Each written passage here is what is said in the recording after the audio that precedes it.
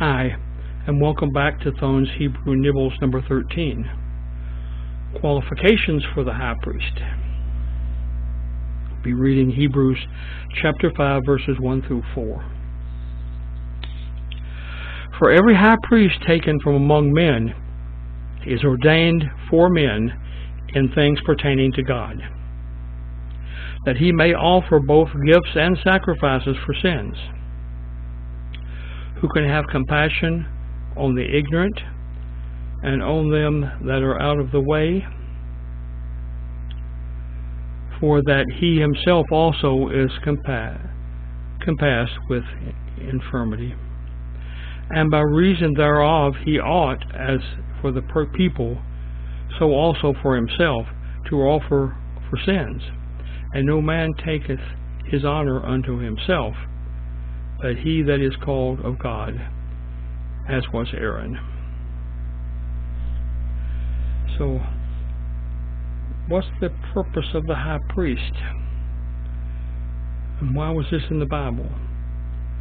Question number one is, why do we need the high priest at all? And the answer to that is in the communications. It allows communications between God and man. And up until the time of men's salvation through Jesus, in person, so to speak, that was the only way that man communicated with God. Man communicated with a priest or a Levite, who then communicated with the high priest, who then, in one of those, the second of those trips, once a year, communicated your thoughts with God. And that's the way it is. So that's why there needed to be a high priest. Application to me. Why a high priest? The very obvious reason that there needs to be a high priest is that mankind is estranged from God. This is why God originally created the office of high priest. Aaron was appointed by God to be the first Levitical high priest, and that role was to be propagated father to son. That role was to exist with ceremony and sacrifices, both, until Jesus Christ came along and the perfect one-time sacrifice, him, could be offered by the perfect high priest, also him. Now we can approach God without hesitation and speak to him in his love and mercy for us to present our needs, physical, emotional, and spiritual. He deals with all that. We ask for healings to him. We ask for emotional support from him, and we ask for spiritual knowledge from him.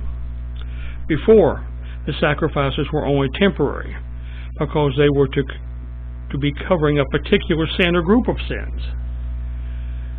They were also intended to cover accidental or momentary failings. The deliberate sins were unlikely to be spoken of. Now Jesus has the power of forgiveness of past, present, and future sins, of all those types. And you understand that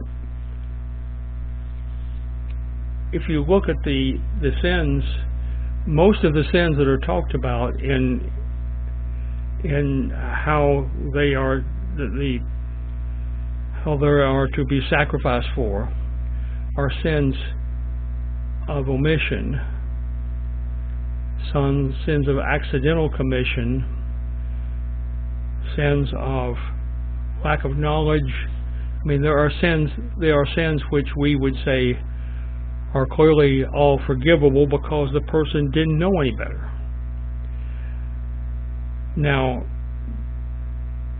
the high priest was given the authority to forgive those sins, particular sins, one by one, that of the sins, on that Day of Atonement, and that was supposedly good for a year.